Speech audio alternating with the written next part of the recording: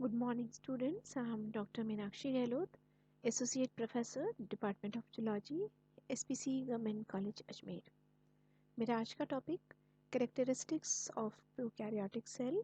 मेरा ये topic MDS university Ajmer के बीएससी पार्ट फर्स्ट के सेकंड पेपर को कवर करेगा। सेल लाइफ की फंडामेंटल यूनिट है। जैसा कि हमने सेल थ्योरी में जाना था कि कोई भी जो लाइफ है अगर उसकी बेसिक यूनिट जाने तो वो सेल होती है। सेल का जो सिग्निफिकेंट जो रोल है वो पूरे किसी भी इंडिविजुअल को बनाने में है, लेकिन खुद की जो सेल है हर इंडिविजुअल में वो सेल का साइज, शेप, स्ट्रक्चर और उसके फंक्शन डिफरेंट होते हैं और ये डिपेंड करता है कि वो कौन से एटमॉस्फेयर में रह रहे हैं या फिर कौन सी स्पीशीज है। अगर हम देखें कि सेल किस तरह से बना हुआ है, उसका सिंपलेस्ट यानी सबसे सीधा जो उसका लेवल है, सबसे सरल जो उसका लेवल है कंस्ट्रक्शन का, तो कुछ फंडामेंटल जो कंपोनेंट है वो सभी सेल्स के अंदर होते हैं।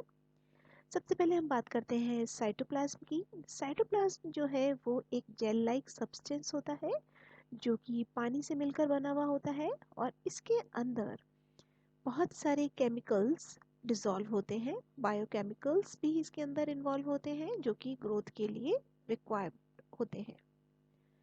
इसके अंदर प्लाज्मा मेम्ब्रेन हर सेल के अंदर होती है और कुछ क्रोमोसोम्स होते हैं जो कि हेरिडिटरी कैरेक्टर को कैरी करते हैं। उसके अलावा जो इम्पोर्टेंट कंपोनेंट है राइबोसोम्स और अदर ऑर्गेनेल्स।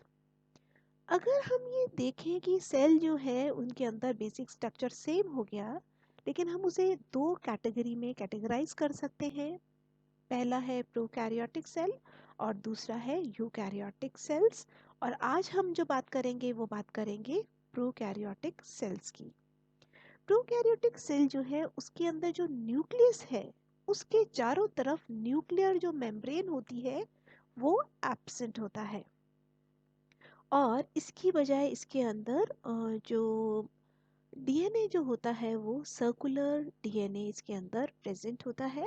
और क्योंकि इसके अंदर वो चारों तरफ न्यूक्लियर मेम्ब्रेन नहीं है तो इसे हम कहते हैं न्यूक्लियोइड। और ये न्यूक्लियोइड जो होता है वो एक गुथा हुआ कॉम्प्लेक्स स्ट्रक्चर होता है डीएनए से बना हुआ। जबकि यूकैरियोटिक जो सेल है उसके अंदर न्यूक्लियस जो होता है वो सराउंडेड होता है न्यूक्लियर मेम्ब्रेन से।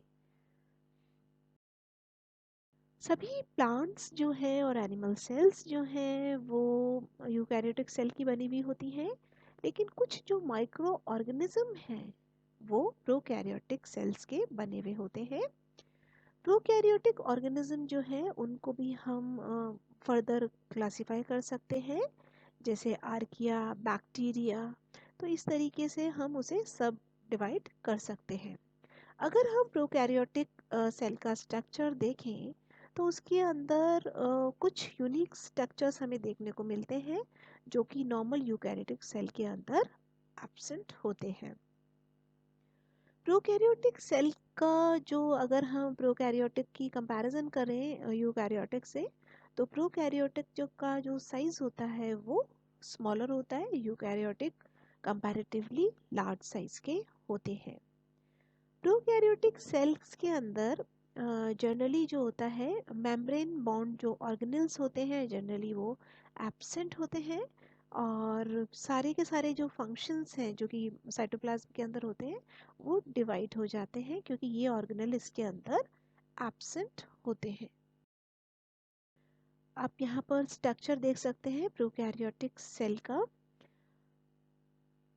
बहुत ही सिंपल इनका स्ट्रक्चर होता है और साइज बहुत छोटा होता है। जैसे कि हम एक अगर आइडियल बैक्टीरिया का अगर हम स्ट्रक्चर देख रहे हैं, ऊपर की तरफ सेल वॉल प्रेजेंट है। सेल वॉल के नीचे देखिए यहाँ पर ये सेल वॉल प्रेजेंट है वो सबसे ऊपर। फिर इसके नीचे सेल मेम्ब्रेन जिसे हम प्लाज्मा मेम्ब्रेन के नाम से जान रहे हैं, इन दोनों को प्लाज्मा मेम्ब्रेन और सेल वॉल को ऊपर की तरफ से कवर करता है एक लेयर कैप्सूल की। तो सबसे ऊपर की तरफ हमारे कवरिंग हो गई कैप्सूल, फिर सेल वॉल और फिर प्लाज्मा मेम्ब्रेन, अगर हम एक बैक्टीरियल सेल की स्ट्रक्चर देखें तो। ऊपर की तरफ जो कैप्सूल है उसमें हमें फिब्रिली दिखाई दे रहा है। सेल के मेम्ब्रेन के अंदर साइटोप्लाज्म प्रेजेंट है जिसमें मेम्ब्रेन बॉन्ड ऑर्गेनेल्स लगभग एब्सेंट है। राइबोसोम्स प्रेजेंट है, न्यूक्लियोइड प्रेजेंट है। अब ये देखिए न्यूक्लियस जो है उसमें वॉल नहीं है और सिर्फ ये जो डीएनए है वो आपको दिखाई दे रहा है कॉम्प्लेक्स फॉर्म में प्रेजेंट है। और यहाँ पर कुछ और छोटे छोटे इंक्लूजन्स हैं इसके अंदर, और प्लाज्मिड दिखाई दे रहा है।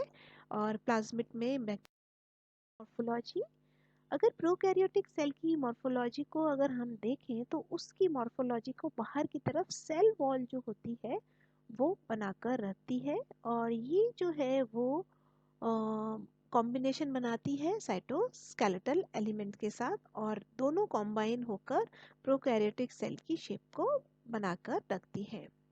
सेल वॉल जो है उसका स्ट्रक्चर जो है मोस्टली प्रोकैरियोटिक सेल के अंदर प्रेजेंट होता है, और कुछ यूकैरियोट्स में भी सेल वॉल प्रेजेंट होती है जैसे प्लांट सेल्स। और ये सेल की मेम्ब्रेन को बाहर से कवर करती हैं और सेल को प्रोटेक्ट करने का काम करती हैं, और ताकि बाहर अगर ऑस्मेटिक प्रेशर में कोई चेंज आ रहा है तो उसे प्रोटेक्ट किया जा सके। ऑस्मेटिक प्रेशर जो कंसंट्रेशन ग्रेडियंट में चेंज के कारण बनता है, उससे अगर सेल को कोई नुकसान हो रहा है सेल मेम्ब्रेन को, तो उससे ये सेल वॉल से प्रोटेक्ट करने का काम करती है। क्योंकि पानी जो होता है वो पास हो जाता है सेल मेम्ब्रेन से, क्योंकि वो सेमी परमेबल मेम्ब्रेन होती है, और इस कारण ये पानी डिफ्यूज होकर अंदर या बाहर जा सकता है। सेल वॉल क्योंकि थिक होती है इसलिए ये ऑस्मेटिक प्रेशर के कारण जो डैमेज हो सकता है उससे बचाने का काम करती है। प्राइमरी फंक्शन अगर हम सेल वॉल का देखें तो ये सेल को प्रोटेक्ट करती है हार्श कंडीशन से, आउटसाइड एनवायरनमेंट में जो हार्श कंडीशन अगर किसी उस सेल को दे सकता है तब। और हम एक चीज़ और देख सकते हैं कि सेल वॉल जो है आर्किया, बैक्टीरिया और यूकैरियोट्स जो है उसमें कुछ सिमिलैरिटीज और कुछ डिफरेंसेस होते हैं, उस कारण ये डिपेंड करता है कि ये किसकी सेल वॉल है। लेकिन फिर भी अगर मेजर कंपोनेंट अगर हम बैक्टीरियल सेल वॉल की बात करें तो उसका मेजर कंपोनेंट पेप्टाइडोग्लाइकेन्स होता है, जिसे हम म्यूरिन्स के नाम से भी जानते हैं। ये सिर्फ बैक्टीरिया के अंदर प्रेजेंट होते हैं, और पेप्टिडोग्लाइकेन्स जो है वो एक लेयर होती है, और इसके अंदर एक मैश वर्क होता है फैब्रिक का, और हर लेयर के अंदर एक लॉन्ग चेन होती है एन एसिटाइल ग्लूकोसेमाइन की और एन एसिटाइल मुरामिक एसिड, इन दो से मिलकर ये पेप्टाइडोग्लाइकेन्स बने हुए होते हैं।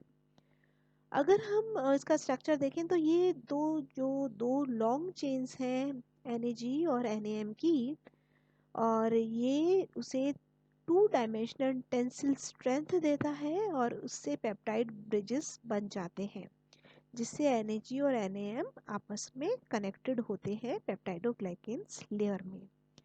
ग्राम पॉजिटिव और ग्राम नेगेटिव बैक्टीरिया जो है उसमें कुछ डिफरेंस होता है।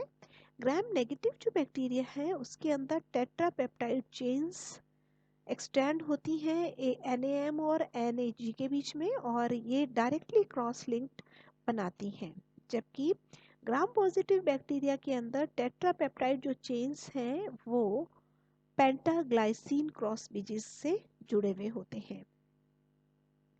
पेप्टाइडोग्लाइकेन्स सब यूनिट्स जो होती हैं वो बैक्टीरियल वॉल के अंदर आपस में जुड़ जाती हैं और एक असेंबल्ड लेयर का फॉर्मेशन करती हैं, जिससे कि सेल की शेप बनती है। यहाँ पर आप देख सकते हैं ग्राम पॉजिटिव और ग्राम नेगेटिव का डिफरेंस, किस तरीके से इनकी सेल वॉल के अंदर जो NAG और NAM का है वो क्रॉस लिंकिंग किस तरीके से होती है। ग्राम पॉजिटिव के अंदर आप देखिए, और यहाँ पर क्रॉस लिंकिंग डायरेक्ट हो रही है नेगेटिव के अंदर। अगर हम पेप्टाइडोग्लाइकेन्स की अगर बात करें तो हर बैक्टीरिया के अंदर ये पेप्टाइडोग्लाइकेन्स यूनिक होते हैं, और बहुत सारी जो एंटीबायोटिक ड्रग्स हैं वो इनको इस डिज़ाइन को पेप्टाइडोग्लाइकेन्स का जो फॉर्मेशन है उसी को देखते हुए बनाई जाती हैं, और ताकि ये क्या करती हैं, पेप्टाइडोग्लाइकेन्स का जो सिंथेसिस है उसे रोक सके, और जिससे इन एंटीबायोटिक से जो बैक्टीरियल सेल वॉल जो होती है वो वीक हो जाती है, और बैक्टीरिया क्या होता है, ससेप्टेबल हो जाता है ऑस्मेटिक प्रेशर से, उसी से ये डैमेज हो जाता है और आगे ग्रोथ इनमें नहीं होती। इसी तरीके से ये एंटीबायोटिक्स जो हैं वो काम करती हैं। यहाँ पर आप देख सकते हैं ग्राम पॉजिटिव और ग्राम नेगेटिव की सेल वॉल के अंदर हम थोड़ा सा, आप देखिए डिफरेंस आपको दिखाई दे रहा होगा। ग्राम पॉजिटिव के अंदर आप देखिए पेप्टाइडोग्लाइकेन्स जो वॉल है बहुत ही थिक आपको दिखाई दे रही है, पूरी थिक पेप्टाइडोग्लाइकेन्स वॉल वॉल है, सेल वॉल। फिर उसके बाद प्लाज्मा मेम्ब्रेन है और अंदर साइटोप्लाज्म है। और इसी तरीके से अगर ग्राम नेगेटिव अगर हम देखते हैं तो इसमें उसका जो स्ट्रक्चर है पेप्टाइडोग्लाइकेन्स, ये देखिए बहुत पतला लेयर है, और ये है आउटर मेम्ब्रेन्स जिसमें बहुत सारे प्रोटीन्स के और लिपिड्स के अपने को आउटग्रोथ दिखाई देती हैं। तो सबसे इम्पॉर्टेंट चीज़ तभी तो ये पेप्टाइडोग्लाइकेन्स की थिक वॉल है पॉजिटिव में, और बहुत ही पतली वॉल है नेगेटिव के अंदर। न्यूक्लियोइड,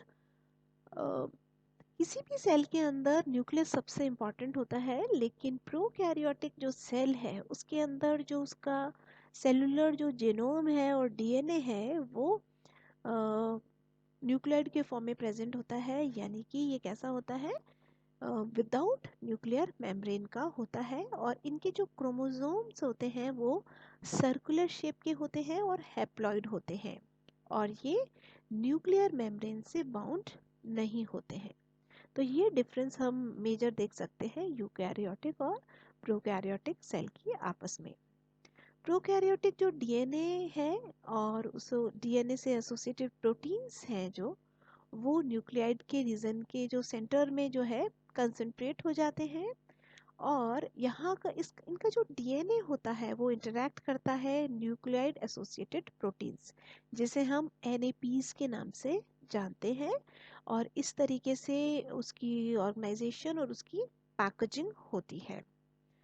बैक्टीरिया के अंदर एनएपी यानी न्यूक्लियाइड एसोसिएटेड प्रोटीन्स भी वही फंक्शन करती है जो कि यूकैरियोटिक सेल के अंदर हिस्टोन प्रोटीन्स करते हैं, और ये डीएनए ऑर्गेनाइजिंग प्रोटीन्स जो है जो कि यूकैरियोटिक सेल में होते हैं, और ये दोनों बाइंड हो जाते हैं।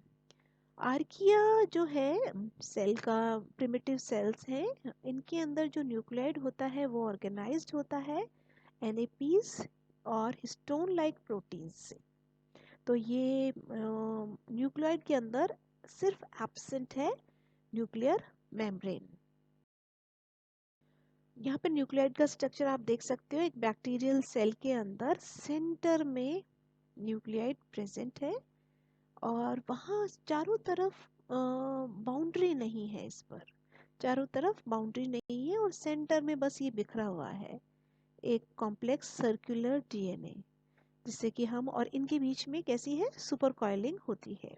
न्यूक्लियोइड में कैसी होती है, सुपर कॉइल्ड प्लस आपस में सुपर कॉइल्ड इनका डीएनए होता है। आज हमने प्रोकैरियोटिक सेल के बेसिक्स के बारे में जाना, और कि किस तरीके से उनकी सेल वॉल होती है और न्यूक्लियोइड कैसा होता है, और उसको हम डिफ्रेंशिएट कैसे कर सकते हैं यूकैरियोटिक सेल से।